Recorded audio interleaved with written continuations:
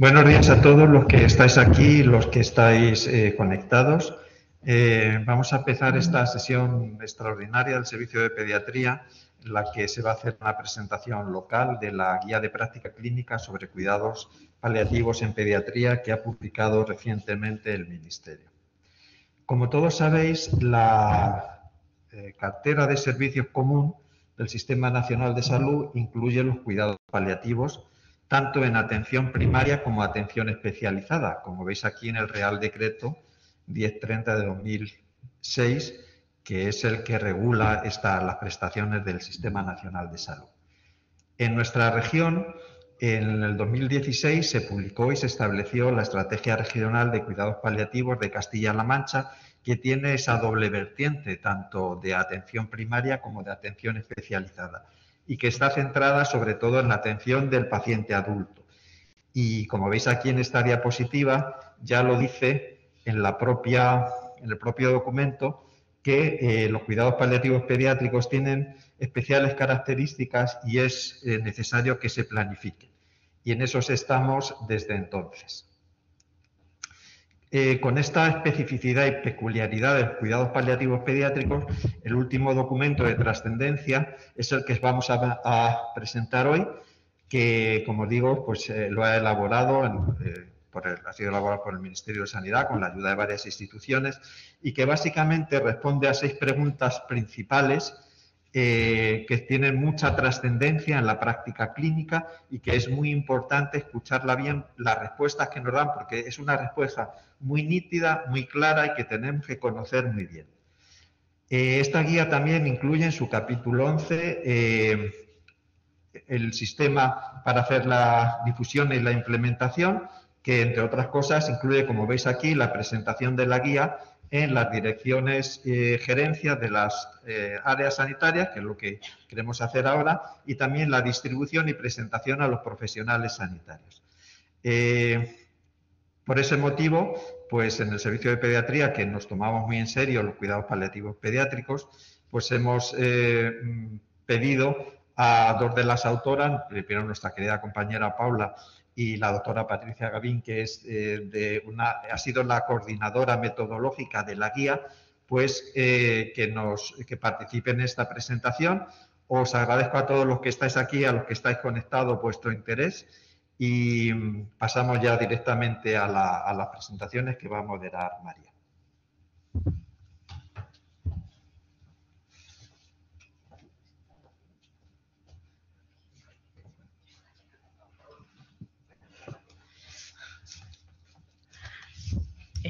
Buenos días a todos. Bueno, como ha dicho Antonio, muchas gracias por venir. En primer lugar, pues va a hablar Patricia García Benavent, que es la coordinadora metodológica de la Guía de Práctica Clínica sobre Cuidados Paliativos y nos hablará sobre todo sobre los aspectos metodológicos de esta guía. Y después tomará la palabra Paula Santos Herraiz, que conocemos todos, que es pediatra en la UCI pediátrica de aquí del Hospital Universitario de Toledo, es máster en cuidados paliativos y ha formado parte activa en el desarrollo de esta guía clínica. ¿Vale? Así que, Patricia.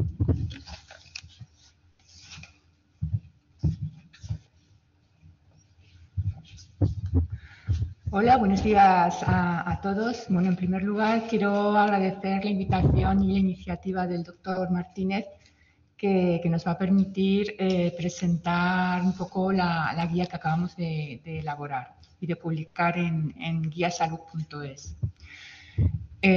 Bueno, a mí me corresponde presentaros la parte metodológica, pero antes sí que me gustaría dar un poco de contexto, que conozcáis un poco el ámbito en el que se ha desarrollado la guía.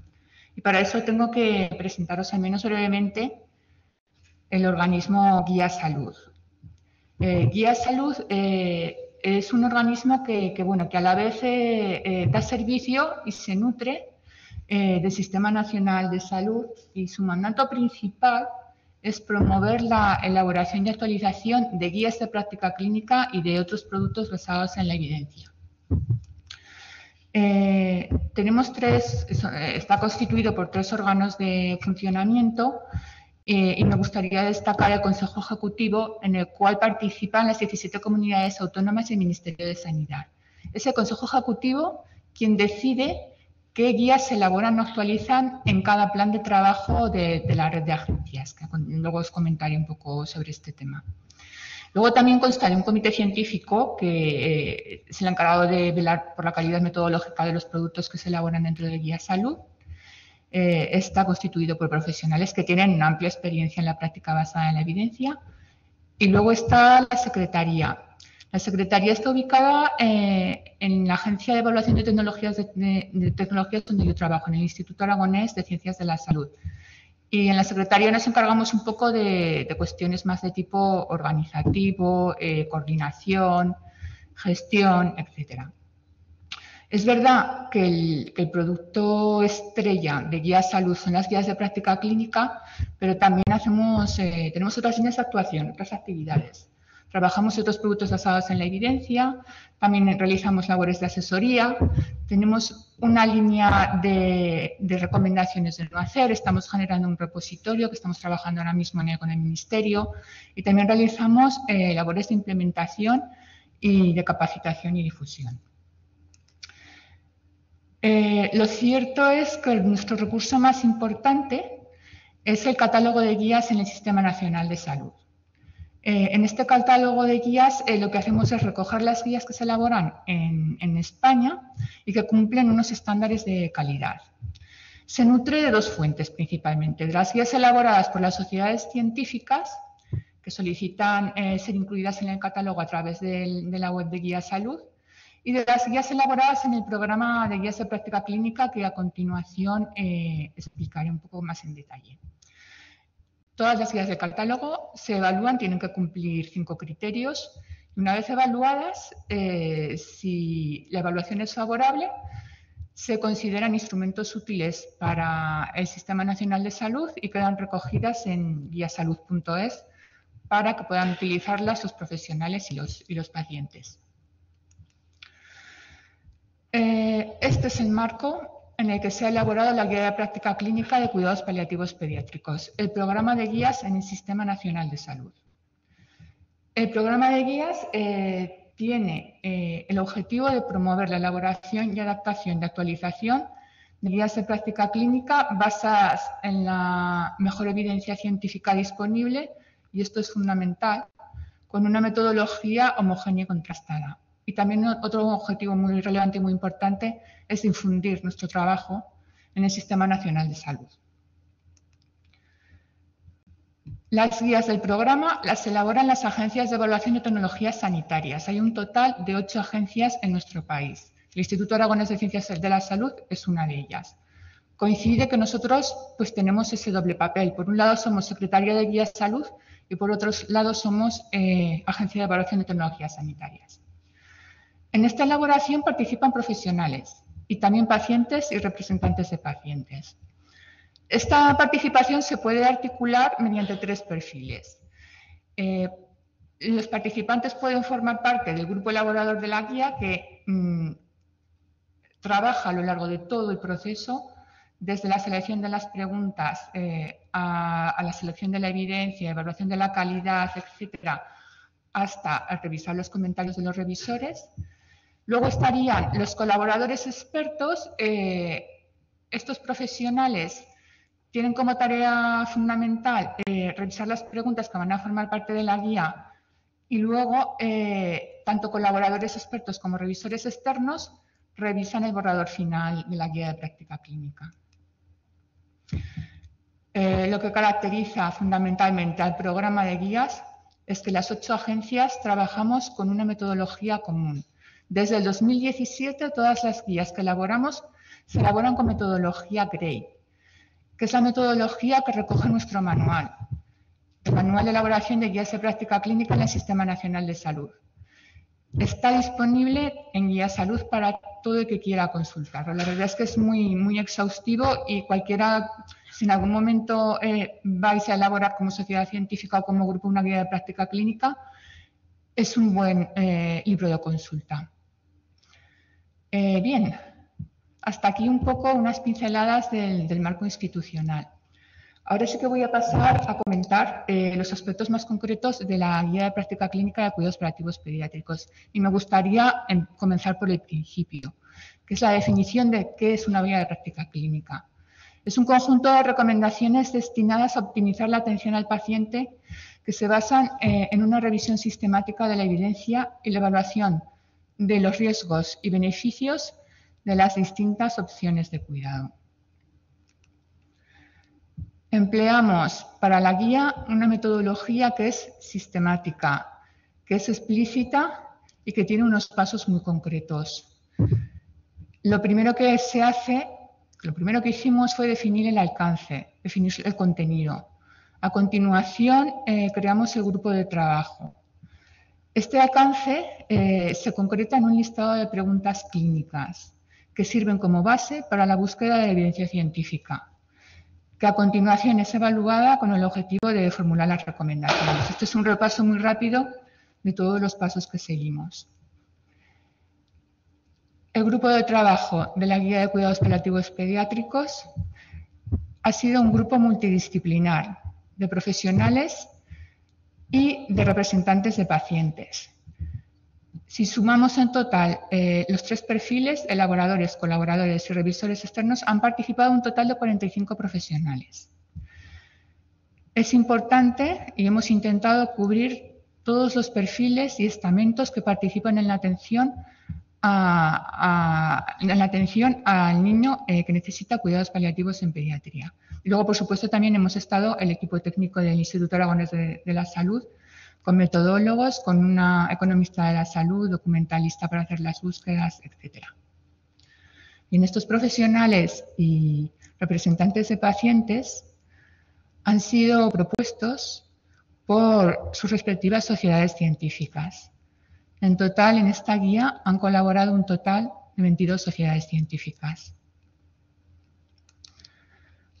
Una vez conformado el grupo de trabajo, la siguiente tarea es elaborar el listado de preguntas clínicas que van a ser respondidas con evidencia, a partir de la cual se van a formular las recomendaciones. La doctora Santos nos contará un poco cómo fue la selección de las preguntas clínicas. Yo me voy a centrar más en el hecho de que las preguntas clínicas son específicas, son muy concretas y las formulamos en un formato estructurado que se conoce como PICO. Aquí tenéis un ejemplo en la diapositiva que define la población, la intervención, la comparación y los resultados que se van a analizar. Por ejemplo, la población es transversal a toda la guía, a todas las preguntas, pero en el ejemplo que os muestro, en la intervención, se trata de la pregunta de tratamiento farmacológico del dolor moderado o grave y solicitamos al grupo elaborador que nos diera un listado exhaustivo de todos los fármacos que se pueden llegar a emplear en estos pacientes. Aquí solamente aparece una parte, ¿de acuerdo? No están todos. ¿Qué nos aporta hacer esta tarea? Pues nos aporta lo siguiente, obtener una respuesta concreta y específica. Luego también nos permite, al combinar los componentes, determinar los criterios de inclusión y exclusión de cara a seleccionar la evidencia. Y además, cuando vamos a formular las recomendaciones, también nos ayuda a formular recomendaciones específicas. Por otra parte, en la siguiente etapa de búsqueda y selección de la evidencia, como hemos formulado la pregunta en formato PICO, nos permite también identificar para cada componente los términos de búsqueda. Y de esta manera se maximiza la posibilidad de encontrar los estudios que nosotros estamos buscando. Buscamos en las bases de datos biomédicas que todos probablemente conocéis como Medline-Base. También incluimos la base internacional de evaluación de tecnologías sanitarias, la Cochrane Library, etc. Nosotros establecemos en estas bases de datos alertas electrónicas, de manera que es verdad que realizamos la primera búsqueda, pero una vez cerrada la búsqueda, con estas alertas nos van enviando los nuevos estudios que se van incluyendo, de manera que hasta que se cierra la guía está actualizada. La primera criba la hacemos los técnicos del instituto, la hicimos los técnicos del instituto. Para la criba de texto completo necesitamos la colaboración del grupo elaborador para que ellos determinaran qué estudios eran pertinentes en relación a la población, en relación a la intervención, etcétera. Al final lo que obtuvimos es esto, lo que tenemos es esto. Una serie de estudios para los cuales tenemos que evaluar la calidad. Cuando hablamos de calidad, de lo que estamos hablando es de la confianza que tenemos en que esta evidencia científica recogida en los estudios pueda ser utilizada para formular una recomendación en concreto, una recomendación específica. Es decir, en qué medida el estudio ha sido bien diseñado y ejecutado para que yo me pueda fiar de los resultados. Esta evaluación la realizamos con metodología GRADE. No voy a entrar en profundidad en absoluto, pero sí me gustaría destacar que esta metodología se caracteriza porque la evaluación no se hace por estudio, se hace por resultado. Y para cada resultado se determina una calidad específica. Un mismo resultado puede estar informado por distintos estudios. Y otra cosa característica es que GRADE no contempla los resultados que no son importantes para los pacientes. Solo tiene en cuenta resultados importantes para los pacientes de cara a formular las recomendaciones. Al final lo que obtuvimos y lo que podéis consultar si entráis en la versión online de la guía, en la pestaña donde pone tablas GRADE, es una tabla de este tipo, que se conoce como perfil de evidencia GRADE. Aquí lo que nos está mostrando es, por una parte, en la parte en azul, los juicios para cada uno de los criterios que determinan la calidad de la evidencia, en la parte en gris, la calidad de la evidencia, todo esto por variable, para cada una de las variables. En esta guía tenemos preguntas con evidencia cualitativa. El marco de GRADE para la evidencia cualitativa es diferente. Simplemente comentaros que si entráis en la pestaña de tablas GRADE encontraréis tablas distintas en este tipo de preguntas. Es un marco diferente que se llama CERQUAL y que permite evaluar la calidad de los hallazgos de la síntesis de evidencia cualitativa. Una vez completada la evaluación de la calidad de la evidencia, tenemos que pasar de la evidencia a la recomendación. Para hacer este paso, el grupo tuvo en cuenta todos los aspectos que intervienen en la formulación de las recomendaciones. Para ello, empleamos lo que se conocen los marcos de evidencia a la recomendación, que lo que hacen es ordenar toda esta información. Contienen un total de 11 criterios y con estos criterios, en cada uno de ellos, lo que se evalúa es la evidencia que procede de la investigación, consideraciones adicionales que el grupo puede tener y, sobre todo, el hecho de emitir un juicio. Aquí el trabajo del grupo elaborador fue fundamental. En realidad, la preparación de estos marcos requieren una revisión sistemática de cada uno de los aspectos que tienen en cuenta. Aquí están listados los 11 criterios. Y los 11 criterios lo que evalúan son el balance de riesgos-beneficio, cómo valoran los pacientes distintos aspectos, temas de uso de recursos y costes, equidad, aceptabilidad, factibilidad, implementabilidad. Todo esto es lo que el grupo tuvo en cuenta de cara a formular la recomendación o las recomendaciones para cada una de las preguntas. De nuevo, nos encontramos con diferencias cuando se trata de la evidencia cualitativa. GRADE propone un marco distinto en función del tipo de pregunta. Entonces, de momento ha formulado marcos para las preguntas de tipo intervención, diagnóstico y pronóstico, pero todavía no han llegado a desarrollar el marco para la evidencia cualitativa. En este caso, el grupo, el planteamiento que hizo para ir de la evidencia a la recomendación fue responder a 4 aspectos. ¿Cuál es la evidencia analizada? ¿Cuál es su calidad? ¿Cuáles son los facilitadores y las barreras? Y cuestiones relacionadas con la equidad, la aceptabilidad y la factibilidad. Añadimos un cuarto aspecto de otras consideraciones, porque en algunas de las preguntas había elementos importantes que el grupo tuvo en cuenta y que no estaban recogidos en estos 4 epígrafes. De acuerdo, bueno, pues finalmente el objetivo al que queríamos llegar es a este. Teniendo en cuenta la calidad de la evidencia y teniendo en cuenta todos los criterios, llegar a formular las recomendaciones. Que deben ser las recomendaciones que hemos formulado, hemos intentado que fueran lo más concisas posibles, claras y fáciles de llevar a la práctica clínica. Me gustaría destacar un aspecto relevante de esta guía y es que es la primera que se publica del programa en que se tiene en cuenta de forma explícita el uso de recursos y costes y en la que se ha hecho una evaluación económica, en concreto en la pregunta que tiene que ver con el lugar donde se reciben los cuidados paliativos pediátricos. Se han comparado los costes de atención domiciliarios y en el hospital. Para ello se generó un modelo de Markov teniendo en cuenta 100 pacientes durante los 30 últimos días de vida. Y bueno, las transiciones del modelo, las transiciones que puede haber en esos 30 días del domicilio al hospital y viceversa, fueron informadas por el grupo elaborador. Asociado a esto, creamos una plantilla que permite a los usuarios, modificando los parámetros que utilizamos para determinar los costes, permite hacer una estimación propia de los propios costes, tanto de cuidado, de la atención que puede recibir el niño en el hospital, como de la atención domiciliaria. Bien, es importante que las guías de práctica clínica sean validadas por agentes externos que no han participado en su elaboración. En el programa tenemos dos procesos para hacer esto, la revisión externa y la exposición pública, que son complementarios. En la exposición pública lo que hacemos es ampliar a otros agentes la posibilidad de hacer comentarios al borrador de la guía.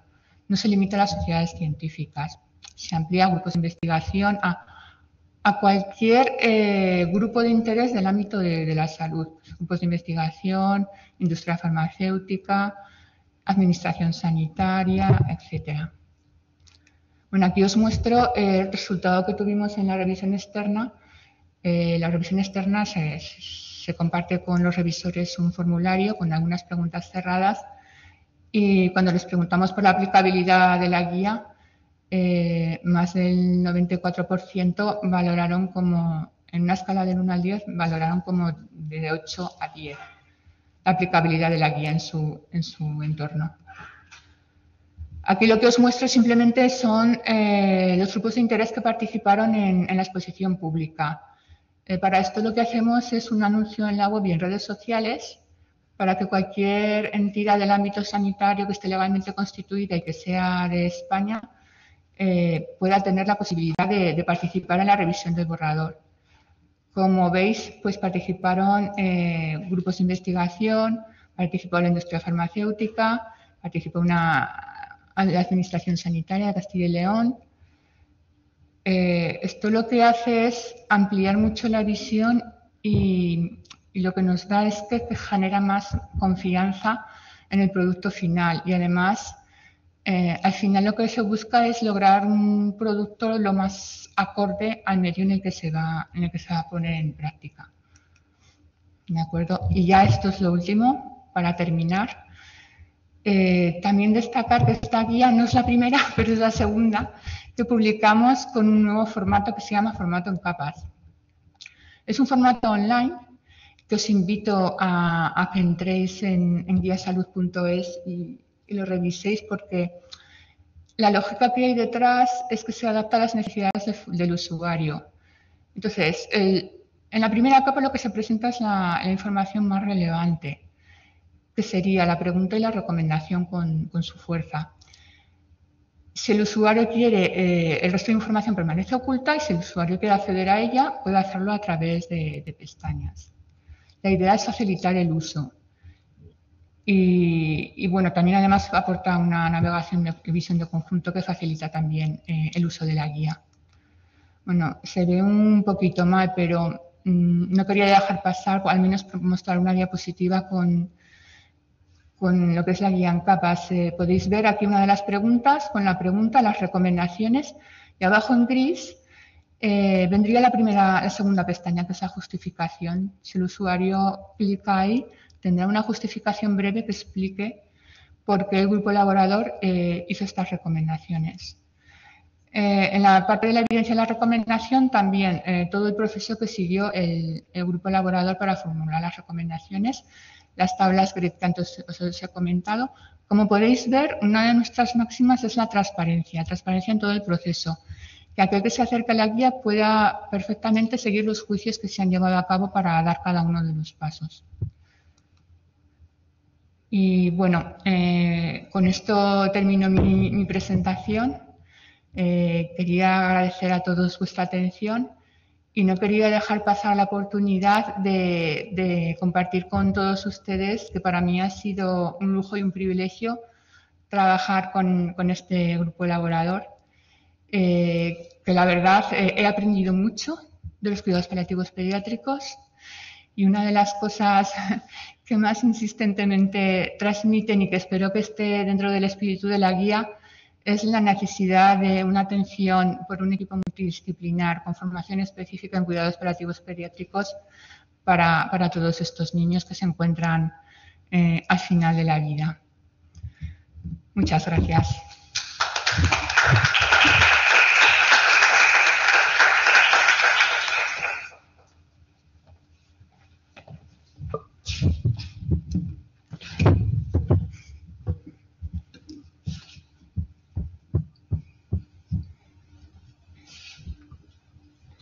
Bueno, muchas gracias, Patricia, sobre todo por venir también hasta aquí y por estar estos días trabajando en esta presentación, que vienes desde Zaragoza y es un paseo.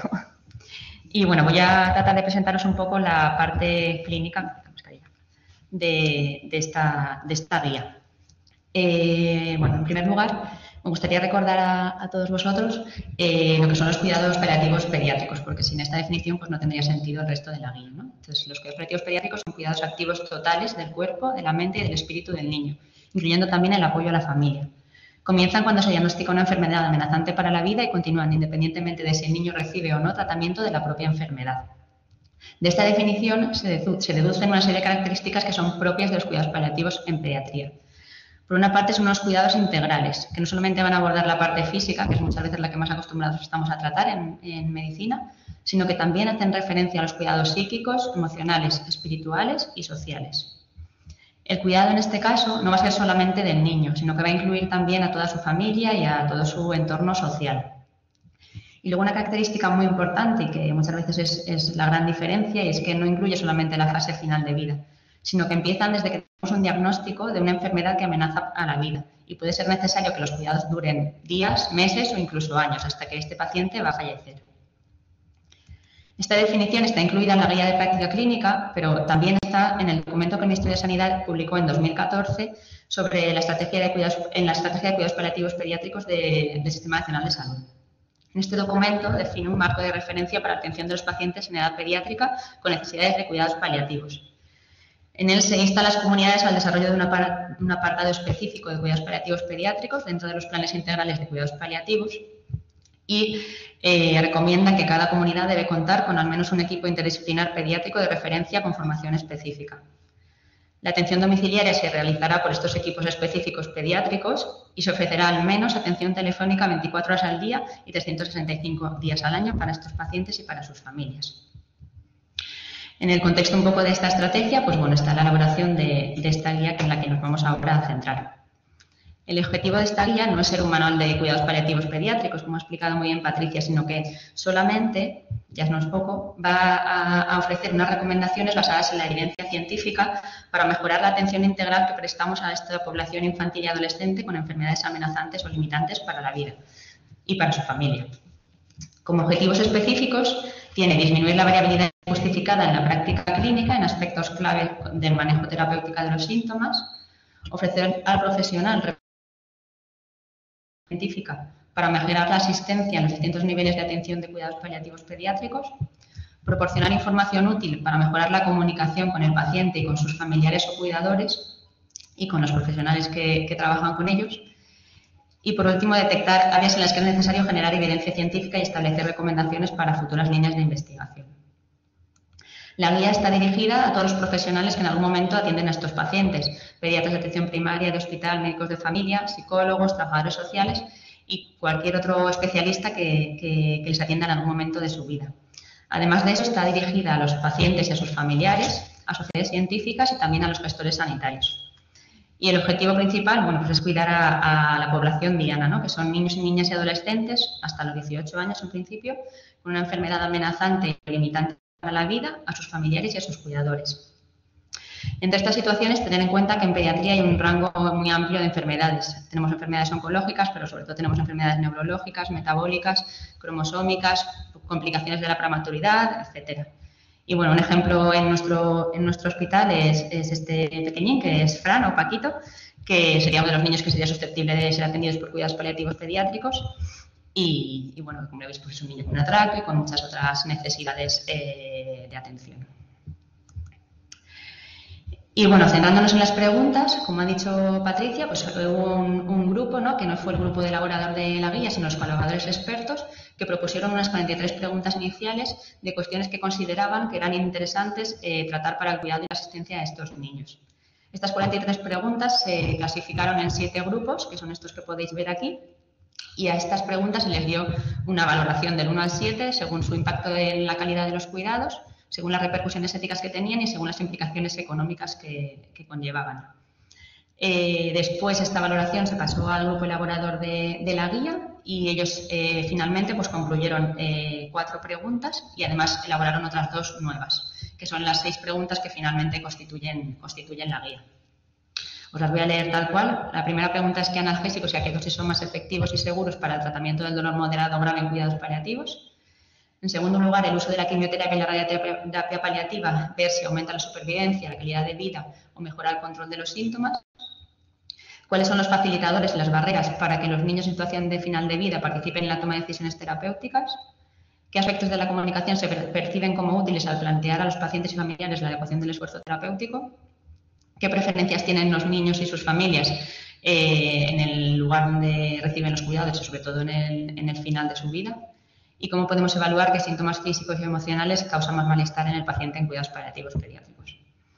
Además de estas preguntas, deciros que se decidió por parte del grupo que era importante también tratar la sedación paliativa. Y no voy a hablar de ello en esta sesión, pero bueno, que sepáis que no se contesta como unas recomendaciones a una pregunta, pero que sí que hay un apartado que explica un poco las recomendaciones generales sobre cómo hacer esta sedación paliativa y en qué consiste. Y bueno, para no extenderme muchísimo y para invitaros a que os leáis la guía, me voy a ceñir solamente a 4 preguntas de estas 6 que os he comentado. Por un lado, el tratamiento farmacológico del dolor moderado o grave. Uniremos un poco la comunicación con los pacientes y sus familias y la participación del menor en la toma de decisiones. Y por último, hablar del lugar de preferencia para los cuidados al final de la vida. En primer lugar, estas son las recomendaciones tal cual están publicadas en la web, no hace falta que las leáis ahí, que os vais a dejar la vista, pero bueno, son las recomendaciones sobre cuál es el tratamiento para el dolor moderado o grave en estos niños. Comentaros un poco lo que os ha dicho Patricia. Además de las recomendaciones, que son estas que veis aquí, pues luego hay unos apartados que explican el contexto de esta pregunta, la justificación breve de por qué se han hecho estas recomendaciones, una justificación mucho más específica y luego cómo se pasa de la evidencia que se ha encontrado a las recomendaciones finales. En general, la recomendación de la guía sobre el tratamiento del dolor moderado y grave, pues lo primero de todo es que tratar el dolor en cuidados paliativos requiere un abordaje integral, que va a tener un tratamiento de la parte física, pero también psíquica, social y emocional. Y por lo tanto serán necesarias medidas farmacológicas, que son las que vamos a ver más específicamente, pero no debemos olvidar nunca las medidas no farmacológicas, que también debemos de tratar. En cuanto a las medidas farmacológicas, para el manejo del dolor en el paciente en cuidados paliativos, recomienda siempre el uso de opioides mayores para tratar dolor moderado o intenso.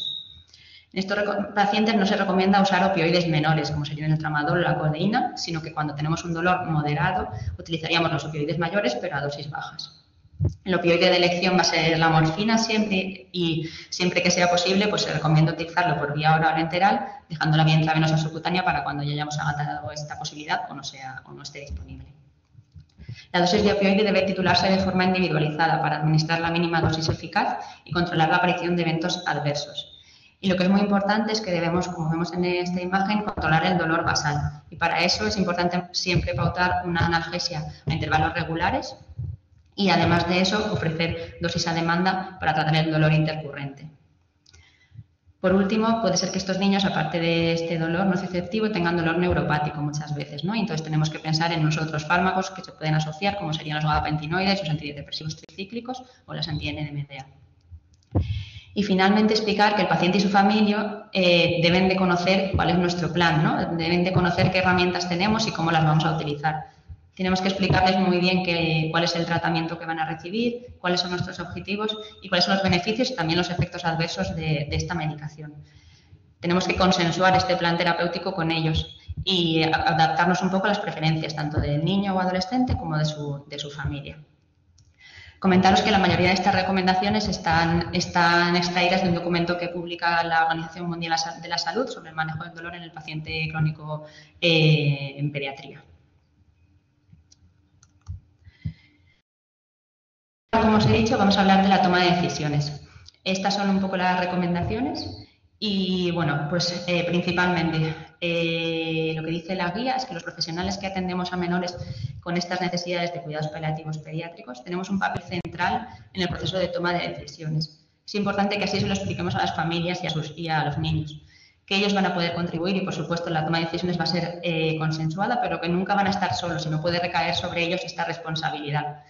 Siempre va a haber un equipo multidisciplinar detrás que les va a asistir y que va a asumir la responsabilidad de tomar unas decisiones tan importantes. En el hecho de implicar a los pacientes en la toma de decisiones es fundamental que los profesionales seamos capaces de determinar el grado de madurez de estos niños. Y según ello, pues ver qué decisiones son capaces de tomar o en cuáles nos pueden ayudar y cuáles por su edad o por su grado de madurez no van a ser capaces de comprender. Hay que tener en cuenta también que estas decisiones no van a ser constantes siempre en el tiempo y puede ser que a lo largo del tratamiento de estos pacientes, a lo largo de su vida, haya cambios en la toma de decisiones. Esto no nos debe de preocupar y siempre pues, dar pie a que volvamos a hablar sobre un mismo tema o volvamos a cambiar la decisión que ya se había tomado previamente. Además, siempre tenemos que animar a los padres a que faciliten la participación de sus hijos. Muchas veces les tratan de proteger, dejándoles un poco al margen de la información y, bueno, pues podemos mostrarles cómo el aislamiento a sus hijos en la mayoría de las veces es contraproducente y es mucho mejor acompañarles, explorar sus miedos y sus temores y ayudarles a expresar sus emociones, que se sientan siempre acompañados por sus padres o por sus familiares de referencia.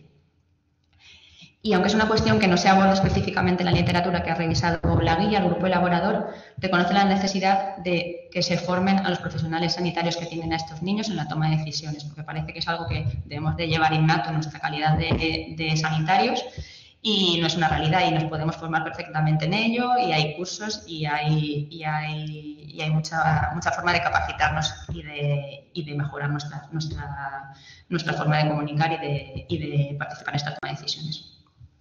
Y por último hay un apéndice, una recomendación en esta pregunta que hace referencia a que en ocasiones las decisiones del paciente y de la familia se ven favorecidas por la posibilidad de ayudar a otros. Y en este sentido, pues siempre debemos estar atentos y ofrecerles o ver si ellos incluso a veces nos lo solicitan, la posibilidad de la donación de órganos y tejidos en estos niños, ¿vale? Que es una cosa bastante novedosa, por así decirlo, y que muchas veces ayuda a estas familias a superar el duelo.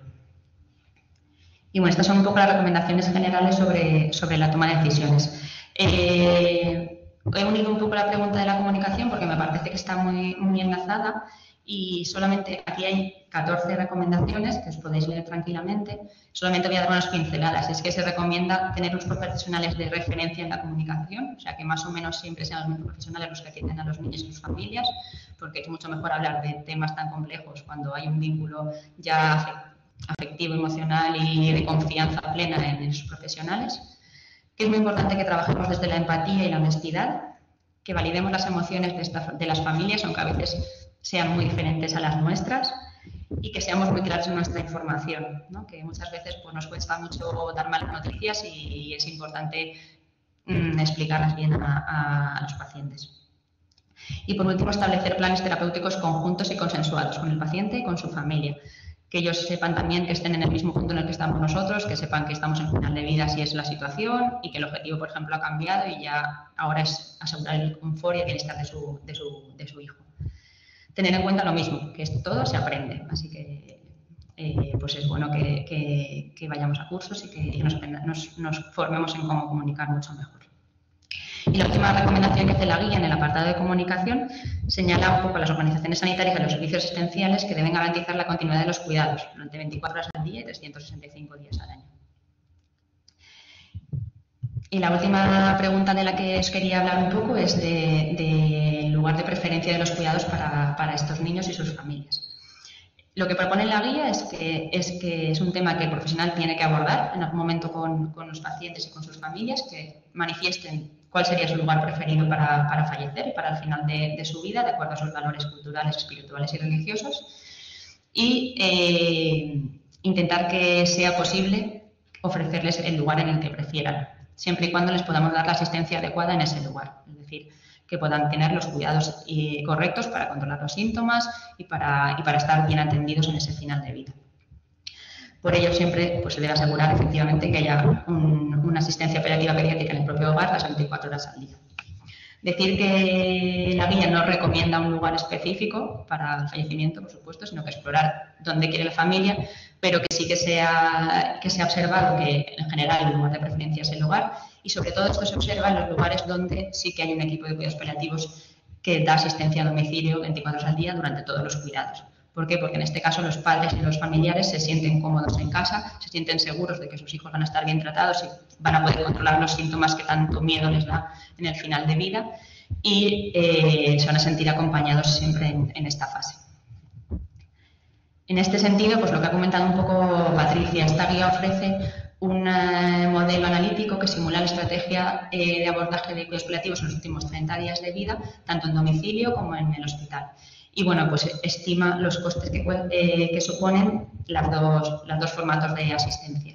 Y bueno, pues como podéis ver, simplemente deciros que en general en el Sistema Nacional de Salud que tendríamos nosotros, pues hay una diferencia de unos 20.000 euros más barato, por así decirlo, los cuidados paliativos si se ofrecen en el domicilio respecto de los cuidados hospitalarios. Por último, como hemos comentado previamente, esta guía, aparte de las recomendaciones, pues lo que da son unas pautas para su implementación. Y lo que propone es la creación de un equipo multidisciplinar que asuma la coordinación y el liderazgo de este proceso y realizar una planificación para la implementación. Entre esta, pues está el dar sesiones para dar a difundir esta guía como esta que estamos dando aquí. Además, deciros que se ha propuesto la creación de una guía para familias que está en marcha ya y, bueno, que no vais a ver en ningún sitio porque aún están realizándola. Y, por último, que la propuesta que hace la guía es que se actualice de forma periódica, ¿no? Que cada 3 años pues, se renueve con la nueva literatura que haya, con las nuevas recomendaciones o con las nuevas pautas que se estén dando a estos pacientes. Como hemos dicho, uno de los objetivos de la guía también era ver qué temas era fundamental investigar y, bueno, en general deciros que son todos, pero sí que resalta pues, que es necesaria mucha más investigación en el uso de la quimioterapia y la radioterapia paliativa, en la evaluación de los y los facilitadores en la comunicación con los pacientes. Y bueno, pues para acabar, volver un poco al objetivo de esta guía, ¿no? Que es ofrecer los mejores cuidados a los niños y niñas con necesidades paliativas, que como sabéis son niños que no podemos curar, pero sí que podemos aliviar su sufrimiento y acompañarles para que puedan vivir intensamente todos los días de su vida. Muchas gracias.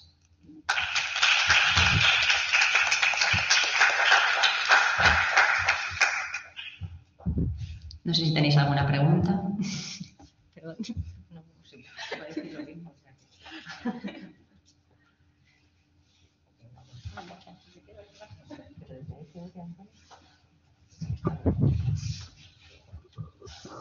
Bueno, pues yo sí quería hacer una pregunta, bueno, un poco práctica en ese sentido. Como a Patricia, ¿cómo va el proceso de difusión e implementación de la guía en estos primeros meses? Bueno, no tenemos en realidad una manera de medirlo. Sí que nosotros tenemos un plan de difusión por el cual pues, enviamos la guía a todos los agentes. Tenemos una difusión masiva a nivel del Sistema Nacional de Salud. Y luego, pues, dadas las oportunidades que tenemos de presentarla directamente, pues las hacemos a cabo. El tema es el siguiente también. La implementación es una cuestión local. Entonces, también corresponde a cada comunidad autónoma el hecho de implementar la guía o implementar recomendaciones. Eso no tenemos una manera de medirlo, la verdad, pero creemos que dentro del estudio con otras guías tenemos una prueba de mejora por nuestra parte. Vemos que no es suficiente gente profesional que conocen guías aquí, conocen las guías, en ese sentido. Tengo que ponernos adelante. Muy bien. Y bueno, María ha tenido que salir, a ver, sustituir. Te quería preguntar, Paula, de cuál de estas preguntas crees que en la práctica clínica nuestra localmente está más distanciada de lo que propone la guía. O sea, ¿en cuál tenemos? A ver, hombre, pues yo creo que el manejo del dolor lo hacemos en la medida de lo posible. Obviamente no... Yo creo que el manejo del dolor lo hacemos en la medida posible, no lo hacemos en domicilio, pero lo hacemos aquí en el hospital cuando es posible. Y estamos distanciados en el tratamiento en domicilio, porque no hay ninguna opción para contemplarlo, por lo cual no podemos ofrecer a nuestros niños que fallezcan en casa porque no lo podemos controlar, no podemos controlar los síntomas allí, no podemos acompañarles y no podemos darles ninguna asistencia en este sentido. Y bueno, pues yo creo que luego en la comunicación pues todos tenemos que aprender y siempre está bien hacer hincapié en ello, pero bueno, pues tratamos de hacerlo lo mejor posible. Muy bien, pues si queréis hacer alguna pregunta, los que estáis presentes, podéis hacerlo. Y los que estáis a través de internet también podéis hacerlo si pulsáis el microfonito que tenéis debajo de vuestra pantalla. Lo que utilizáis blanco lo podéis correcto. Si tenéis experiencia en eso, sabéis cómo se hace. Y si no hay más preguntas, ¿a alguien de la sala? Muy bien, pues entonces solamente me queda agradeceros, sobre todo a ti, Patricia, que te has dado un buen viaje y ha sido una intervención muy clarificadora. Y desde luego esto que hoy nos centra en los cuidados paliativos pediátricos, este sistema que has descrito de generación de guías de práctica clínica, claramente es un camino que se puede recorrer en muchas otras cuestiones de ámbito pediátrico que nos ocupan. Y que realmente ha sido muy enriquecedor tu presentación. Y también muchas gracias a ti, Paula, por darnos esta primera visión, y espero que sobre todo los que habéis estado aquí os entre el gusanillo y cojáis la guía y realmente la leéis detenidamente, porque yo creo que es un documento que merece la pena dedicarle unas horas, porque es un aprendizaje doble, sobre todo para vosotros los más jóvenes, el aprendizaje de cómo se genera ese conocimiento de calidad y después el aprendizaje de ese conocimiento de calidad generado. Y bueno, pues muchas gracias a todos y damos ya por terminada aquí la sesión.